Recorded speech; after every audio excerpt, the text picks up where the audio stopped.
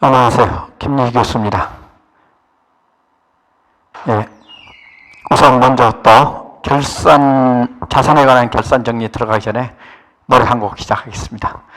자산의 증가는 왼쪽의 차변에, 부채 자본 증가는 오른쪽 대변에, 비용은 차변에, 수익은 대변에, 차변 대변 붕괴는 거래의 반려소. 좋습니다.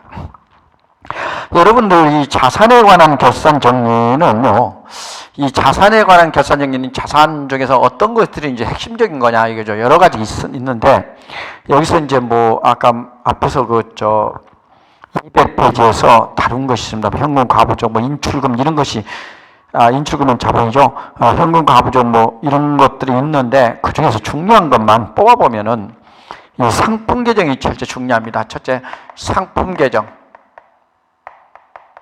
예, 요거 중요하고요. 두 번째가 이제 매출 채권이 중요합니다. 매출 채권이 뭔지 알죠? 외상 매출금하고 받으러 매출 채권이 중요하고, 세 번째가 이제 유가증권을 들 수가 있습니다. 유가증권. 예, 유가증권.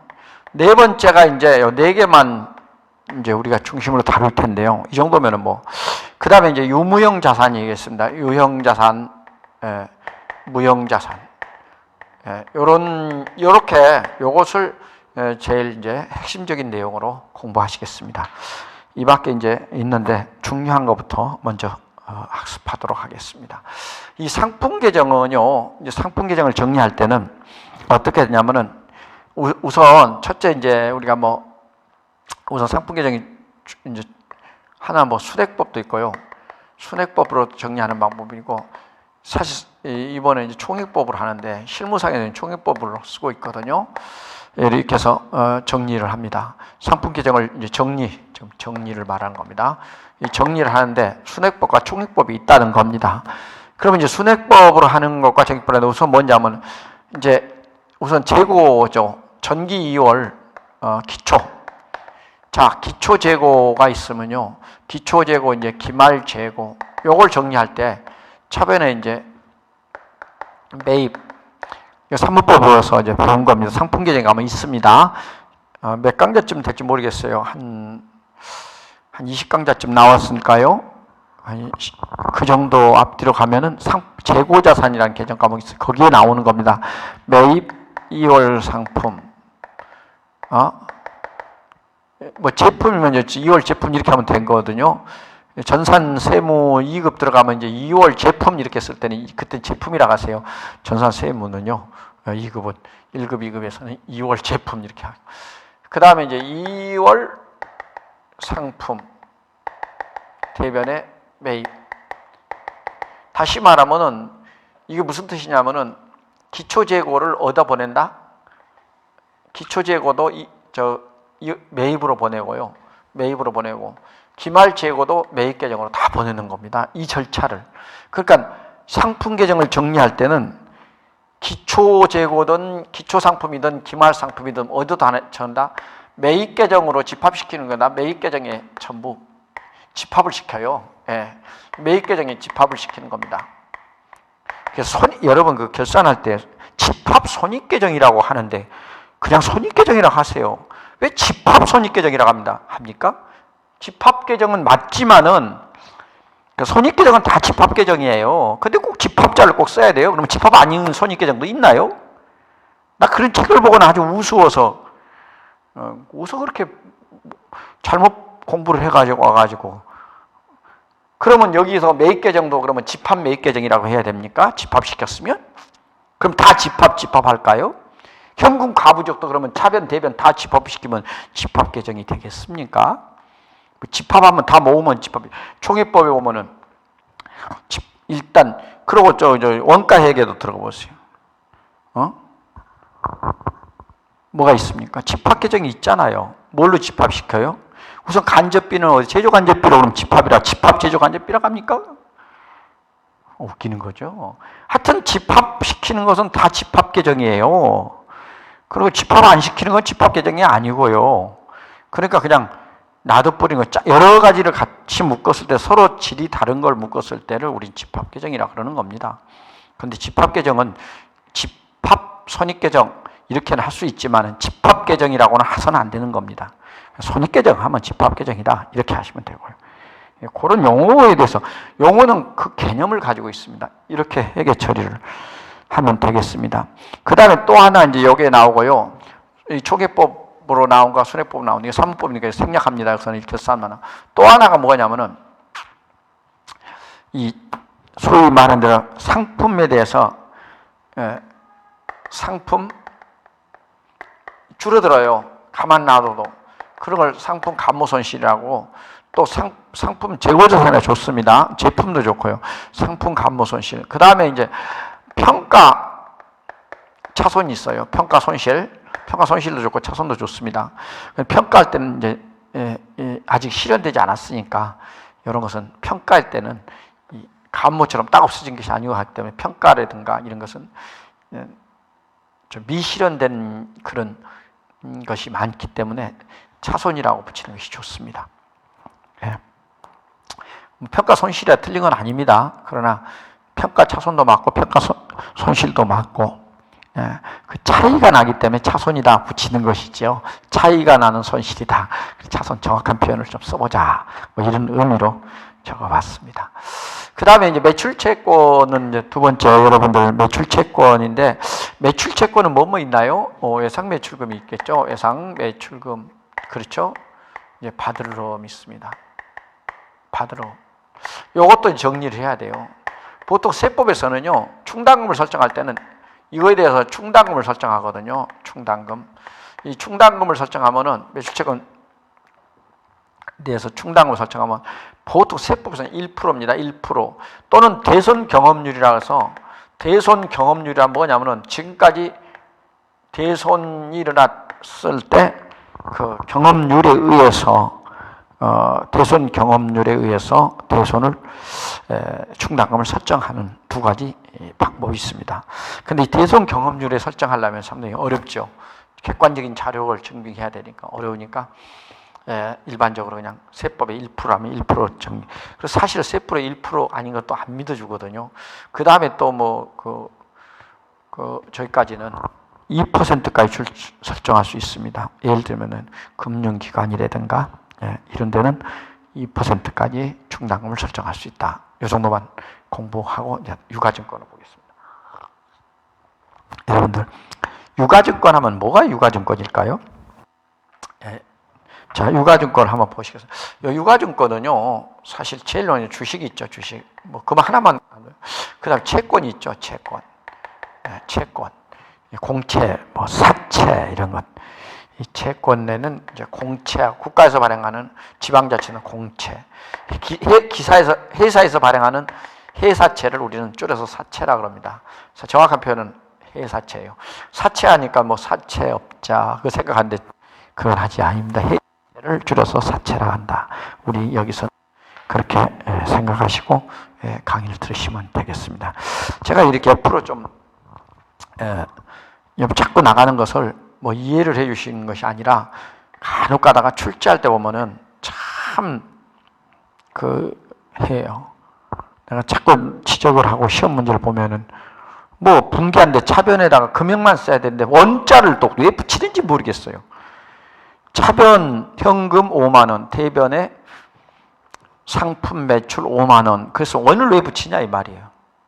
진짜 하나도 뭐 그것은 관행이에요. 원은 왜냐하면 위에 단위가 있기 때문에 분기하는 것은 분계장이나 전표는 위에는 단위원이라는 것이 생략되어 있기 때문에 그거 생략시켜야 돼요.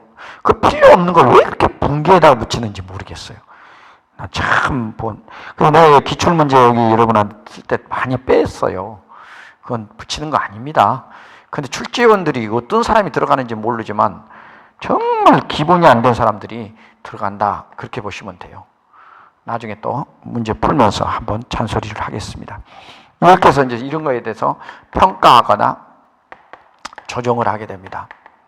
그래서 여기서 이제 뭐가 나오냐면, 바로 유가증권인데, 유가증권은 대부분 이제 우리가 이렇게 나가잖아요. 뭐가 나와요? 무슨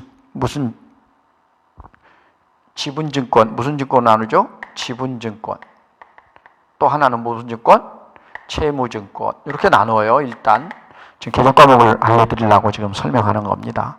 그럼 지분증권은 이게 주식이 대표적인 지분증권이거든요. 그러면 주식을 볼 때는 주식은요, 단기 매매증권 이렇게 써요. 단기 매매증권. 조금 알아놓으세요. 왜냐하면 이게 평가를 할 때 이런 용어를 모르면요, 그 개념이 안 돼요. 자꾸 강조하는 것은 단기 매매증권, 두 번째가 매도 가능증권, 세 번째가 만기 보유증권. 지금 이게 맞는 겁니까, 지금? 틀렸죠? 뭐가 틀렸어요? 내가 지금 맨날 사람들은 이렇게 그냥 하길래 내가 써봤어요, 한번. 만기, 주식을 만기까지, 주식이 뭐 보유기간이 있습니까? 없죠.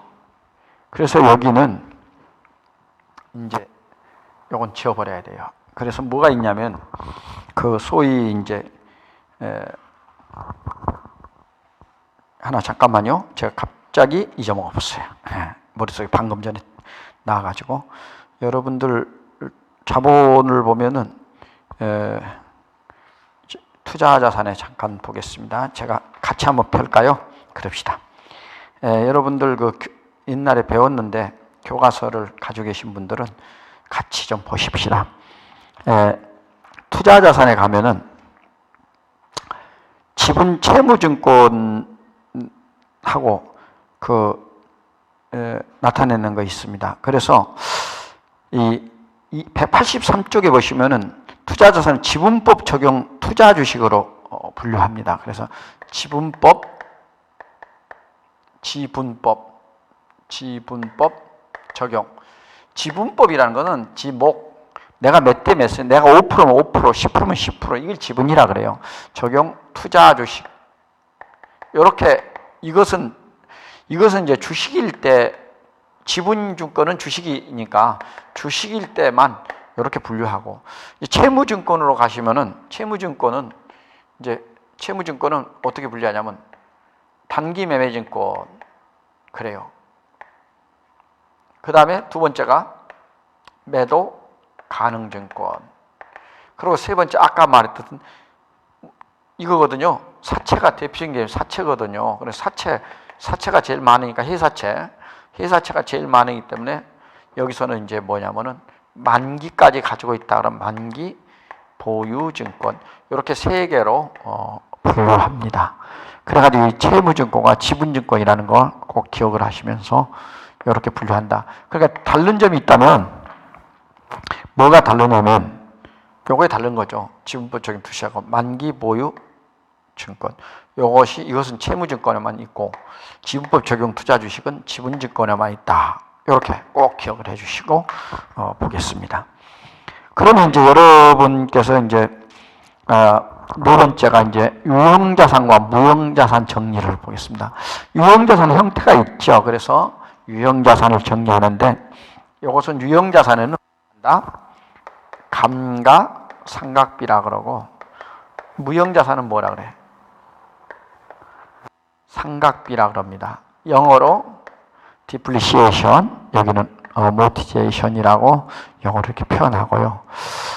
그리고 이거 무형자산은 이제 감가, 상각, 무슨 감가, 기계면 기계, 양치, 감가, 상각, 누계 이렇게 같이 설정하고, 이것은 바로 이제 생각하기 때문에 이런 걸 안 하고 이제 무형자산에서는 직접 차감하는 방법을 쓰기 때문에 바로 그 해당 자산, 즉 뭐 특허권이면 특허권, 뭐 신용 신안권, 뭐 디자인권, 의장권이 디자인권이네. 그 다음에 뭐예요? 상표권. 이런 것을 우리는 뭐냐면은 산업재산권이라고 부릅니다. 이런 산업재산권에 대해서 바로 생각해주는. 그리고 이것은 가치가 없어. 감가라는 건 뭐예요? 가치가 점점 줄어드는 걸 감가라 그러거든요. 이 가치가 점점 줄어드는 걸 감가라 그러는데 이것을 우리는 감가가 안 되거든요. 그래서 상각비라고만 합니다. 상각이라는 건 뭐예요? 비용화하는 거죠. 비용으로 하는 것이다. 즉 비용화시키는 것이다. 이렇게 보시면 되겠습니다. 제가 이 책에 없는 것도 좀 옆에서 설명을 드리니까 이제 그 다음에 이제 여러분들 현금 과부족 이거 한번 이제 현금 및 현금성 자산에 대한 결산 정리에서 현금 과부족 이것도 이제 현금 과부족이 현금이 이제 부족할 때 그래서 현금하고 현금 부족인데 요거 현금 과부족 규정을 한번 보겠어요. 그러면 자 현금 과부족, 현금 과잉, 현금 부족. 자 앞에서 지워버렸나? 아까 좀 썼던 것이 있었죠.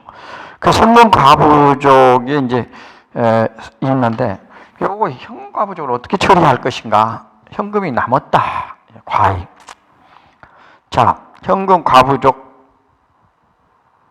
이제 생겼어요. 그러면 현금 과잉에는 뭘로 처리한다 그랬어요?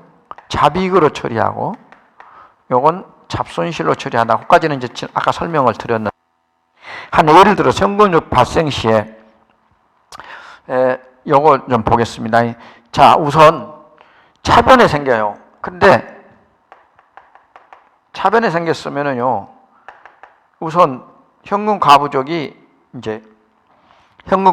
차변 잔액이 생겼어요. 그러면 차변은 비용이잖아요. 그러면 차변의 잡손실 이렇게 분기하고요. 대변은 뭐가 되겠어요? 현금 과부족 그래요. 그러니까 뭐냐 현금이 지금 여기는 이제 요 위에 걸로 먼저 한다면은 다시 할게요. 요 과잉이 됐다 그러면은 이제 어떻게 되겠어요? 대변에 남았으니까 현금이나 잡이익으로 처리하고 요 차변에는 현금 과부족 이쪽 먼저 할게요. 이렇게 처리하고요. 만약에 여기서 잡손실이 생겼다 그러면 손실이잖아요. 그러면 여기다가 잡손실 부족했으니까 잡손실로 처리하고 대변에 현금 과부족 이렇게 처리하면 됩니다. 이 문제는 또 시험 문제가 있으니까 좀 더 실제로 다뤄보기를 하고 이렇게 하면 됩니다. 그 다음에 이제 그러니까 현금 금액이 과부족을 정리할 때는 어떻게 정리하느냐 이겁니다. 그런데 실제적으로 결산 시 현금 과부족이 바로 나왔어요. 예를 들어 지금 책에 201페이지 보십시다. 동글뱅이 2번을 보시면은 이렇게 나옵니다. 뭐라고 나왔냐면 장부 금액하고 결산 시에 발견된 거요. 장부 금액하고 장부 가액하고 금액이나 가액이나 같은 말입니다. 실제 금액보다 장부 금액이 많아요.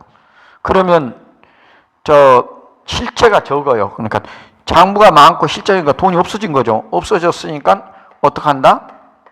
잡손실이 돼야 되겠죠.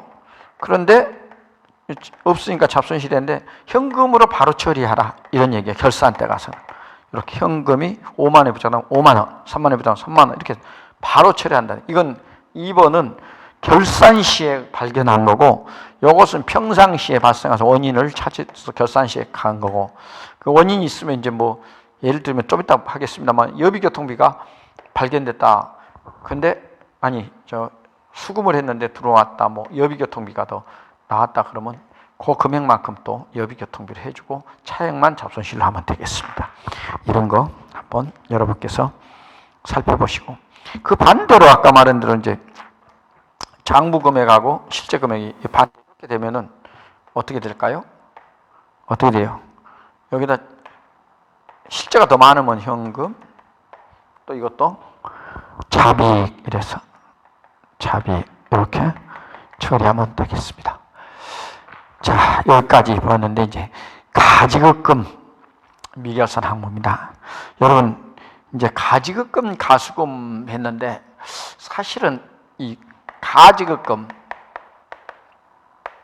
가수금 요 가짜가 뭐냐면 임시 가짜란 뜻이에요.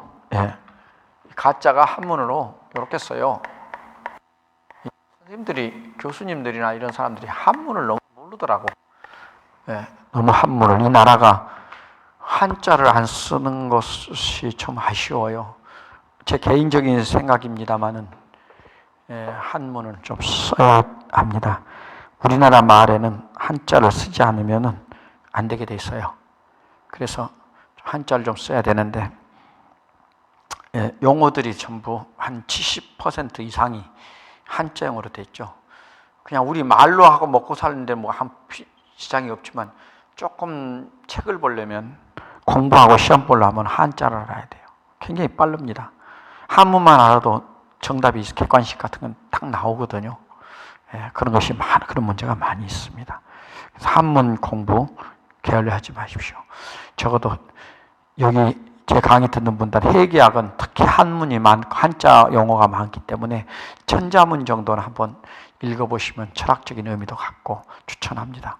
지루하지 않거든요. 사자수학은 좀 쉬우니까 천자문 하나 갖다 놓고 뭐 한 달이면 하잖아요. 예, 천천히 하늘 천따지 가물현 누르황 지부 집주. 좋아요. 자, 그건 또 옆으로 빗나갔습니다. 자, 여러분들 이제 이런 가는 임시 가지급이에요. 사장이 돈을 가져갔는데 영수증을 안 가져가세요. 어디 쓴지를 모르겠어요. 에이, 가지급을 처리해버렸어요. 아, 이 출장 갔던 영업사원이 통장에 돈을 보내왔는데 뭔지 모르겠어요. 그냥 찍어만 보았는데 전화도 안 되고, 에이, 갔다 와서 자세히 보고 드린다고, 보고해 준다고 말만 해요. 그러면 우리는 어떻게 해요? 가수원. 이런 건 원인을 박아야 돼요. 반드시 원인을 박아야 돼요. 이런 것은 원인을 찾지 않으면 안 되는 거예요. 원인을. 그래서 가지금은 이제 이렇게 원인이 안 나오기 때문에 이걸 우리는 원인을 찾을 때까지는 무슨 뭐라고? 미결산이라 그래요. 미결산 계정. 미결산 항목이 되는 겁니다. 그래서 이런 것은 이제 내용을 밝혀지면 뭐 사장이 가져갔다면, 사장이 가지고 갔다면 사장님 보너스 상여로 처리해요. 그래가지고 주주 임용은 뭐 대여금으로 처리하든지, 주주가 갔으면 주주 대여금, 그 다음에 종업원이 가졌으면 종업원 대여금, 그 다음에 임원들이 가져갔으면 뭐 이사님이면 무슨 이사 대여금, 이렇게 해결 처리하면 되겠습니다. 사장이면은 뭐요? 대표이사 대여금, 이렇게 해버리면 됩니다. 나중에 세법에서는 이걸 상여로 보너스로 처리해가지고 뭘 처리했나? 근로소득세를 물립니다. 그 다음에 이제 여비 전도, 업무 경비 선급분, 이런 미정산액이 이제 이런 것 등이 이제 할 수가 있습니다.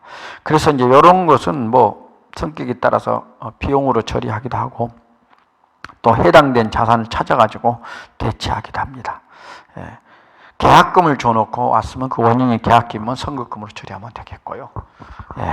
자, 가수금은 이제 들어온 돈이죠. 들어온 돈인데 원인을 몰라요.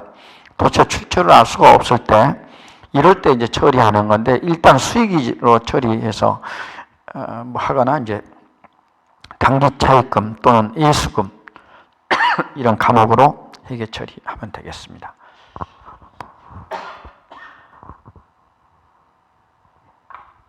죄송합니다. 자, 이제 유가증권에 대해서 말씀을 드리겠습니다. 자, 유가증권. 여러분, 유가증권 하면 이제 아까 말씀을 드렸습니다만, 유가증권은 주식이나 사채, 이런 것을 우리는 유가증권이라 이렇게 대표로 말씀을 드립니다. 여기에는 이제 단기 매매증권과 이제 매도 가능증권 두 개를 가지고 설명하겠습니다. 여기 지워버렸네. 우선 여러분들 그 유가증권에서는 만기보유증권은 잘 안 다룬다 그랬죠. 아까는 사채 같은 경우는 만기보유증권이 있지만은 주식은 없으니까, 그래서 그 조심해서 다룹니다. 우선 단기 매매증권을 보시면 장부가액이 시가보다 많다 그랬어요. 그러면 이럴 때는 이제 그 책을 보십시오. 202쪽. 우선 단기 매매증권을 보겠습니다. 단기 매매증권은 이제 뭐예요? 장부가하고 시가하고 이런 관계잖아요. 뭐가 많아요? 시가가 더 많아요. 그러면 이제 자산의 증가가 일어나겠죠. 그리고 또 이런 경우가 있고 또 반대된 경우 이렇게 이제 두 개로 이제 나눠서 볼 텐데 우선 이 장부가 시가가 많으니까는 뭐가 늘어나요? 단기 매매 증권이 이렇게 늘어나고요. 대변에는 뭐예요? 단기 매매 증권 뭐가 있어요? 평가죠. 지금 평가를 하고 있어요. 그러니까 평가 차이익이 생겨나가죠. 이렇게 분개하면 되겠고, 그 다음 것은요. 이렇게 분개할까요? 네. 이제 이것은 처음에는 이 장부가액이 더 시가가 줄어들었으니까 떨어졌다는 얘기죠. 그러니까 단기 매매 증권이 이제 감소하고요. 차변에 이제 단기 매매 증권 평가 아까 차익이 나왔지만 이번에는 이제 뭐요? 차손이 나오겠죠. 손실이 된 겁니다. 이렇게 분개가 된다. 이것이 이제 단기 매매 증권 하나 여러분한테 말씀을 드리겠습니다. 두 번째 이제 매도 가능 증권인데요. 똑같이 매도 가능 증권도 매도 가능 증권으로 분류해야 돼요. 일단 매도 가능 증권으로 분류된 경우입니다. 이것은 매도 가능 증권 평가 차익이나 차손은 기타 포괄 손익 누계액에 들어간다는 거 밑줄 좀 쳐놓으세요. 여기서는 이제 그 설명을 하고자 핵심은 아니고 이제 자본 계정에서 설명드렸고, 여기서는 이제 바로 이제 우리가 측정할 때, 평가할 때는 우리는 평가가 측정이거든요. 이제 그때 바로 장부가액과 시가는 항상 이제 시가란 말하고 공정가액이란 말하고 꼭 같이 씁니다. 그러니까 혹시 말이죠. 이거 시가하고 공정가하고 무슨 말이죠? 공정가액, 시가 무슨 같은 말이에요. 같은 말. 그런데 이것이 시가는 조작을 많이 하고 의도적으로 몇 사람이 이렇게 막 주식을 막 완전히 막 시장을 교란시키고 이런 거 있기 때문에 못 믿겠다 그래가지고 공정가라는 말을 만든 거예요. 그래서 이제 시가란 말은 그런 같은 개념인데 뭐 우리는 사회에서는 그냥 시가 이렇게 하는 게 좋아요. 그래야 이해가 빨리 들어오거든요.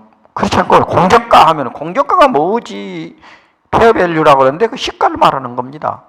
그래서 이제 매도 가능 증권은 이제 장부가, 시가 이것도 우리가 장부가하고 시가 이렇게 볼까요? 장부가 위에 시가가 더 많을 때는 똑같습니다. 차변에 시가니까 매도 가능 증권 이렇게 차변에 일단 자산의 증가가 이루어지고요. 그 다음에 매도 가능 증권 평가 차익이 이렇게 나오는 겁니다. 그 다음에 이제 반대로 이렇게 된 경우가 있잖아요. 이렇게 됐을 때는 어떻게 되냐면은 우선 시가가 줄어들었잖아요. 장부가액보다. 그러니까는 여기다가 매도 가능 증권 이렇게 대변의 감소가 되고 자산의 감소해집니다. 그리고 여기는 매도 가능 증권 평가 차손 이렇게 해결하면 되겠습니다. 자, 아까 다시 연습을 합니다. 이 금액이 차이가 날 때 요것과 요것은 뭐더라? 요 두 개의 차이가 난 이 금액, 요 금액만큼은 이것이 뭐냐면은 수익과 비용 이 계정이 아니고 뭐다? 꼭 기억합시다. 책을 얼른 봐야지. 기타 뭐예요? 포괄 손익 누계액으로 처리하는데 기타 포괄 손익 누계액의 대표적인 게 매도 가능 증권 평가 차손익이거든요. 이것이 자본 계정이라는 거죠. 자본 계정에 속하는 거요. 딱 그거 알아놓으세요. 이거 자본계정에 속하는 거 시험에 잘 나와요. 꼭 나오면 요거만 나와. 우리 그 전산회계 1급에서는 조금밖에 안 나오는데 전산세무 2급 들어가면 감초에 감초. 그렇게 나오고 또 실무에서는 어쩌다 한 번 나오기 때문에 사실은 실무상에서는 뭐 중요하지 않지만 그래도 한 번 나올 때 실수하면 안 되기 때문에 여러분들이 꼭 아셔야 되겠다. 이렇게 보시면 되겠습니다. 그 다음에 이제 대손 충당금을 설정 보겠습니다. 이것은 많이 설명드렸고 예상비 받으름 채권하고 그 다음에 대여금 미수금 하나 더 쓸까요? 그러니까 이제 매출 채권 하면은 이것도 한번 살펴보겠습니다. 여러분들 매출 채권인데 매출 채권하고 그 다음 매출 채권하고 그 다음에 기타 채권이 있어요. 기타 채권. 이거 언제 설명드렸냐면 앞에서 아마 10번 정도 강의할 때 10강 정도 할 때 제가 드린 기억이 납니다. 앞으로 한번 가서 살펴보시면 됩니다. 수치채권이니까 3장인가요? 이 교재로 3장에서 아마 강의를 한 기억이 납니다. 거기 보시면은 몇 페이지에 여러분 뭐냐면 교재로 그냥 봐도 됩니다. 39쪽에 매입 채무가 있고 그 앞으로 보면은 매출 채권이 있습니다. 자, 아마 같이 이제 한번 복습이 되면서 결산이기 때문에 앞에 나왔던 걸 다 다시 하는 겁니다. 이걸 수치 채권이라고 합니다. 수치 받을 채권이라 해서 수치 채권이라 이렇게 말합니다. 그 다음에 주는 것을 지급 채무라 이렇게 말합니다. 지급 채무는 매출 채권 반대는 뭐예요? 매입 채무. 자, 이것도 앞에서 제 3장에서 챕터 3에서 배웠습니다. 매입 채무. 그리고 기타 채무 이렇게 나눕니다. 기타 채무 이렇게. 그러면 이제 매출 채권에는 뭐가 있느냐? 외상 매출금 받으름이 있어요. 기타 채권에는 이제 선급금이 아까 빠졌다 그랬죠. 선급금을 먼저 쓸게요. 선급금, 대여금, 그 다음에 또 뭐가 있어요? 책을 빨리 봐야죠. 미수금 이렇게 했어요. 이렇게. 그런데 이것을 이제 우리가 할 때는 이것도 생각을 합니다. 근데 이거 생각할 때 조심할 것은 이것은 판매비와 관리비에 들어가거든요. 그래서 판매비와 관리비 들어가면 대손 상각비라 그리고 이건 판매비와 관리비, 판매비와 관리비에 들어갑니다. 요거. 그 다음에 요 뒤에 것은 요 세 개는 기타의 대손상각비 이렇게 대손상각비 이렇게 합니다. 그건 무슨 말이냐 하면 영업 판매비에 들어간 영업의 비용이 들어가기 때문에 그렇습니다. 꼭 기억해 놓으십시오. 그 밖에 이건 이제 이 채무는 대손 안 처리하죠. 요건 어떤 것이 있느냐 그냥 참고로 그냥 한번 봅시다. 참고로 보시면은 매입 채무에는 외상 매출금 반대는 외상 매입금이 있을 것이고 받으러온 반대는 지급금이 있다. 또 이런 얘기고 기타 채무에는 선급금 반대는 선수금 대여금 반대는 뭐예요? 차입금 미수금 반대는 뭐예요? 미지급금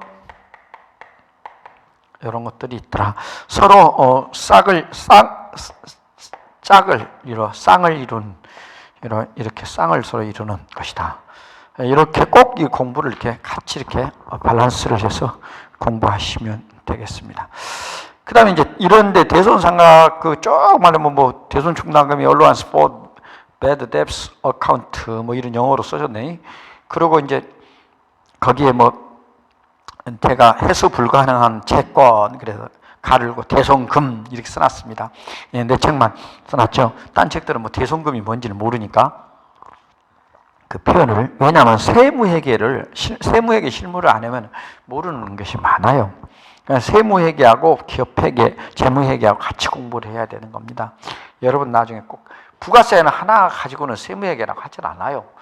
적어도 법인세 정도를 공부해야 세무회계라고 합니다. 좀 어렵다고 아유, 그 언제 그까지 가요? 여러분 서두르지 마세요. 공부는 서둘러서 하는 것이 아니에요. 조금씩 스텝 바이 스텝 하나씩 하는 겁니다.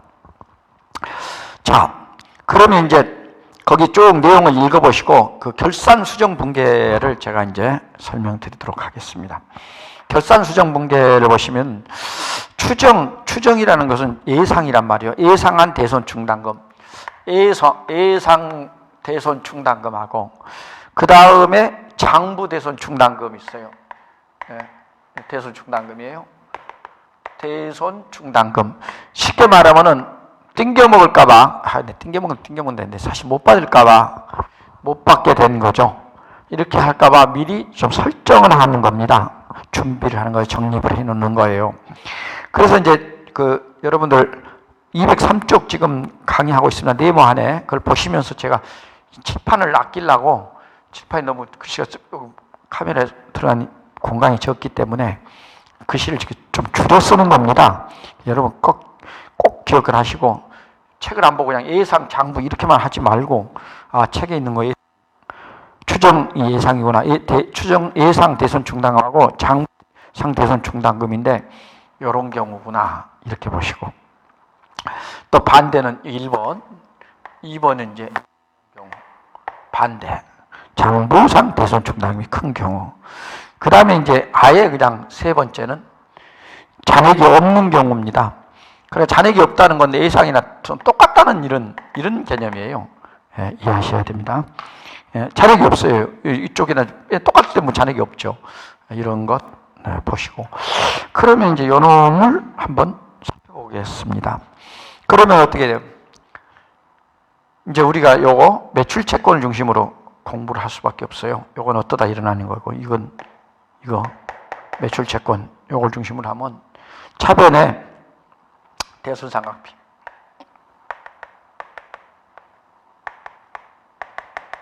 그 다음에 이제 뭐 외상 매출금 받으려니까 외상 매출금 쓸까요? 하나만 써도 돼요. 나중에 이제 재무제표 만들 때 합치면 돼요. 근데 어쨌든 매출 채권 대손 충당금 이렇게 이제 써놨는데, 그건 뭐 어느 거 선택해 쓰고 써놓고 나중에 재무제표를 만들 때, 재무상태표를 만들 때는 두 개를 합쳐서 금액을 쓰면 돼요. 그래서 외상 매출금 그리고 대손 충당금 이렇게 쓰는 겁니다. 이렇게 써요. 항상 이렇게. 무슨 뜻이냐면, 이게 처음에 분기할 때 이걸 빼버리면요, 무슨 충당금인지 막 섞이거든요. 거죠. 사실은 외상매출 대손 충당금과 받으려면 대손 충당금은 전혀 다르거든요, 금액이. 그래서 분기할 때 난 이거 쓰라 그러는데, 이제 컴퓨터에서는 코드 번호가 다르기 때문에 외상매출금이 쓰기 때문에 하는데, 무심코 학생들한테 가르칠 때 그 말을 설명을 안 하고 하는 걸 많이 봤습니다. 자, 이제 이번에는 두 번째는 어떻게 될까요? 뭐가 많아요? 아까는 이제 예상 금액이 많았어요. 그럼 대손상각비, 매출 대손 충당금. 이번에는 이제 장부 금액이 추정 금액보다 예상보다 많아요. 그랬을 때는 추정 금액 많을 때는 이제 환입을 시켜줘야 됩니다. 그래서 이제 외상 매출금, 대손 충당금 이렇게 쓰고요. 대변에 대손 충당금 환입. 여러분 이렇게 쓰는데 알아두실 것은, 이것은 뭐예요? 영업을 안 하고 되는 환입이니까 수익이잖아요. 영업의 수익에 속하는 거다. 이렇게 아시면 되고, 여기도 항상 대손 충당금 하지 말고 외상매출금 대손 충당금이다. 넘어서 예상보다 장부가 넘었기 때문에 그 금액만큼을 환입시켜 주는 겁니다. 충당금에서 빼주는 겁니다. 이런 것을 해주시면 되고, 그 다음에 이제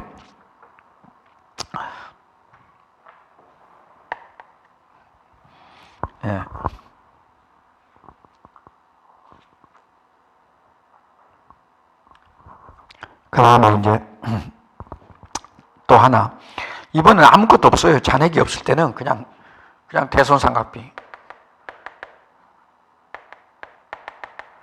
뭐 외상매출금으로 계속 할까요? 그럼 외상매출 대손 충당 앞에서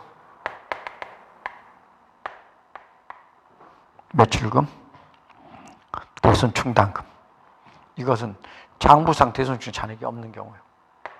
대손 충당금. 책을 보면 돼요. 그 금액 그대로만 써주면 됩니다. 차액이 없으니까. 차액이 있는 것만큼 해주고. 이것은 이 금액이 이거 금액을 차액을 쓴다는 것이고, 요 금액 뺀 금액 이게 차액이에요. 차액. 이걸 쓴다는 것이고, 이건 금액이 차액이 없으니까 전체 금액을 쓴다는 것. 이것을 말씀을 드릴 수가 있겠습니다. 이제 여러분 재고자산 평가를 보겠습니다. 이 재고자산 평가는 짧게 말하면 이제 왜 재고가 나냐 이런 얘기입니다. 사실 재고가 나는 이유는요, 여러분들 그 상품이 이렇게 뭐 쥐가 물어간다든가, 쥐가 물어갔나요? 하여튼간에 뭐 물어가는 수가 있고요. 또 녹슬어서 진부하라고 녹이 쓸어가지고 가만 놔둬도 녹이 슬잖아요. 그게 녹슬어서 이렇게 좀 가치가 떨어지고 이런 경우가 많이 있습니다. 그래서 이런 거, 또 그다음에 파손된 거 이런 거 있습니다. 그래서 재고자산이 평가를 할 때는 이 재고자산 평가를 할 때는 두 가지로 보면 됩니다. 하나는 재고자산 평가할 때 재고자산 평가할 때 하나는 차손이 생기고 평가 차익이 생기는 거예요. 재고자산 평가할 때는. 그래서 재고자산 평가 차손은 재고자산 내 차감 계정으로 처리한다. 이렇게 알고 계셔야 됩니다. 뭐라고요? 이것은 평가 차손은 재고자산의 차감 빼주는 겁니다. 빼줘요. 마이너스. 그러니까 딴 말로 말하면은 이것은 빼주는 것은 매출원가가 비용이잖아. 빼줬으니까 여기다가 플러스 시키는 가산해 준다는 거예요. 잘 알아요. 이것은 그냥 자산에서 빼서 비용으로 처리해 준다는 거죠. 평가 차손이니까. 근데 이 평가 차익이 있어요. 여러분들. 이 평가 차익이죠. 평가 차익은 어떻게 했냐면 좀 복잡합니다. 하나는 정상적인 방법, 하나는 비정상적. 이런 차익이 생겨요. 정상적이라는 것으로 발생했다. 이 정상적으로 발생한 것은 뭘로 처리하냐면은 매출원가에 가산해요. 여기처럼 매출원가에 죄송합니다. 큰 실수했네. 이거 평가할 때 차익은 아니고 지금 제가 미쳤나 봐요. 평가 차손하고 감모 손실을 지금 설명드리고 싶었어요. 감모 손실이 정상적으로 발생하냐 비정상적으로 발생하냐, 요걸 지금 하고 싶었어요. 그러니까 재고자산 감모 손실, 재고자산 평가 차손, 요것을 중심으로 지금 설명드리고 있습니다. 이 단원에서는. 그러니까 지금 평가 차익은 지금 다루질 않고 평가 차손에 대해서만 설명드리겠어요. 그래서 이제 이건 매출원가에 가산하고요. 이것은 어떻게 했냐? 비정상적이면은 영업의 비용으로 처리합니다. 영업의 비용으로 포함시키면 되겠습니다. 포함시킨다는 건 영업의 비용에다 집어넣는 겁니다. 그러면 이제 재고자산 감모손실이란 계정 과목이 설정되는 거죠. 자, 204페이지 이제 외화자산을 이제 설명드리겠습니다. 자, 여기까지 하고 이제 쉴 텐데, 여러분들 외화자산 부채는 현재 기준 환율, 우리 기준 환율이란 뭐라 해요? 기준 환율은 하고 재정 환율이 있어요. 환율은 이 앞에 설명 한번 했을 겁니다. 기억나는데 앞에서 설명했습니다. 기준 환율은 우리나라의 기준 환율은 달러입니다. 근데 달러 아닌 거, 위안화, 엔화, 뭐 유로화, 파운드화, 뭐 이런 돈 있잖아요. 이런 돈으로 이렇게 평가를 할 때, 이럴 때 우리는 재정환율이라고 그럽니다. 뭐라고요? 재정환율. 그러니까 기준환율은 요 상식입니다. 시험에는 안 나와요. 기준환율은 달러로 표시하는 겁니다. 그리고 재정환율은 달러가 아닌 것, 뭐 위안화, 뭐 뭐 엔화, 중국 돈, 이거 이런 거, 위안화, 이거 아닌 거, 이 달러가 아닌 거, 위안화, 뭐가 있을까요? 또 파운드화, 뭐 이런 거, 또는 뭐 유로화, 유로는 어떻게 씁니까? 유로화, 뭐 이렇게 쓰나요? 나 참 유로화를 갑자기 기억이 안 나네. 이런 것 등등으로 말한다. 이렇게 이제 보시게 되겠습니다. 그래서 이제 이 외화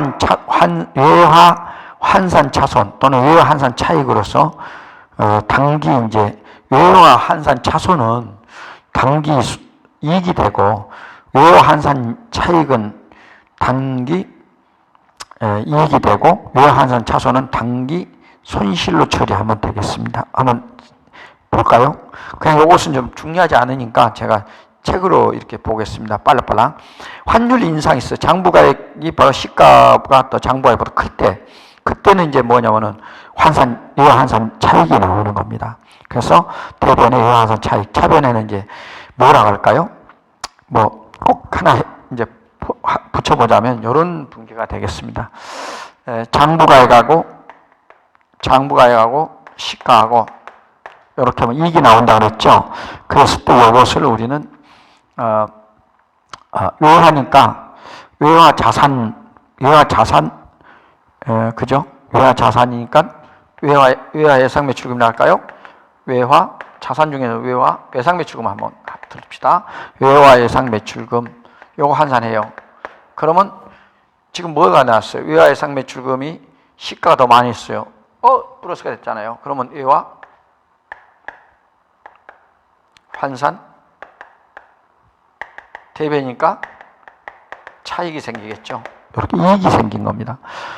지금 외화 자산, 외화 부채를 합니다. 부채는 이제 반대가 될 것이고, 장부가액으로 하면, 여러분, 이번엔 이렇게 됐어요. 이렇게 되면 어떻게 될까요? 자, 외상 매출금이, 달러가 떨어졌어요. 지금, 우리가 지금 기준 환율로 지금 적용해서 한다고 가정합니다. 달러가 떨어졌어요. 그러면 손해보죠? 그래서 외상 매출금. 근데 참 여러분들 실무 들어갈 때 전산 세무 들어가면 이게 지금 전산 세무 솔직히 터놓고 해서 전산 세무 1급에서 안 나오고요. 전산 세무 2급에서 나오거든요. 한 단계 위에서. 근데 미리 설명드리는 거예요. 여기는 굉장히 1급까지도 많이 넣었어요. 제가 의도적으로. 근데 외화란 이게 개념 없으면은 외화에 그냥 외상 매출금을 넣으면 됩니다. 그 프로그램이 좀 구질구질해요. 좀 고치고 안 그래요. 왜냐면 뭐 게을른가 봐요. 프로그램은 좀 해야 되는데. 자, 그럼 외화 여기는 뭐가 있어요? 외화 환산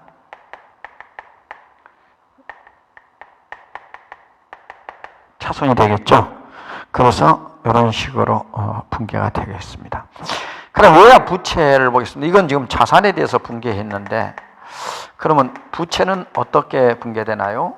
자, 두 가지예요. 한번 살펴보겠습니다. 하나는 장부, 마지막인데 이제 장부가액하고 시가하고. 이번에는 뭐가 많아요? 부채니까 시가가 너무 장부가 높아요. 또 하나는 반대로 이렇게 됐다고요. 그러면 이제 이거 하나 살펴보겠습니다. 부채니까 어떤 현상이 나와요? 시가 높아보면 빚이 더 지잖아요.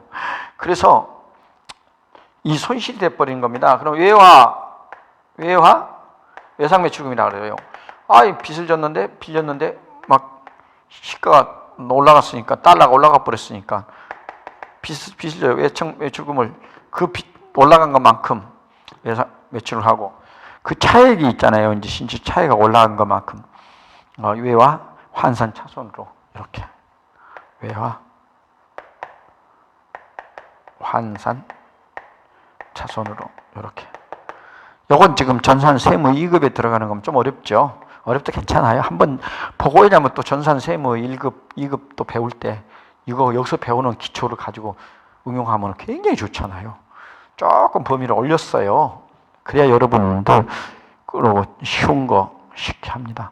그럼 이 반대는 어떻게 할까요? 외화 이번엔 장부가 시가가 떨어졌어요. 그럼 외와 돈 벌었죠. 갚을 돈이 떨어졌으니까 외와 외상 매출금. 이런 바보. 매출금이 아니라 매입금이 되겠죠. 이렇게 매입금. 여기도 이제 매입금이 돼야 됩니다. 왜 매입금이 돼야 되냐면 부채니까 부채. 근데 지금 제가 흥분해 가지고 매입금 이렇게 쓸게요. 애교로 봐주십시오. 이렇게. 그러니까 부채니까 외상 매입금이 나와야지. 여긴 자산이니까 외상 매출금으로. 그 다음에 이제 여기 뭐예요? 외와 환산 이익이 났잖아요. 외상 매입 그만큼 이제 줄어든 거 시가가 달러가 떨어진 것만큼 금액을 계산해서 환산 차익 이렇게 나오는 겁니다. 여러분 이것이 지금까지 이제 자산에 관한 결산 정리를 전부 마쳤습니다. 이번에 이제 손익에 관한 결산 정리는 좀 쉬었다가 계속하죠. 시간이 여러분 많이 지났습니다. 이 결산을 오늘 독파를 하겠습니다. 끝까지 해주십시오. 고맙습니다. 자, 잠깐 쉬었다가 하겠습니다. 수고하십시오.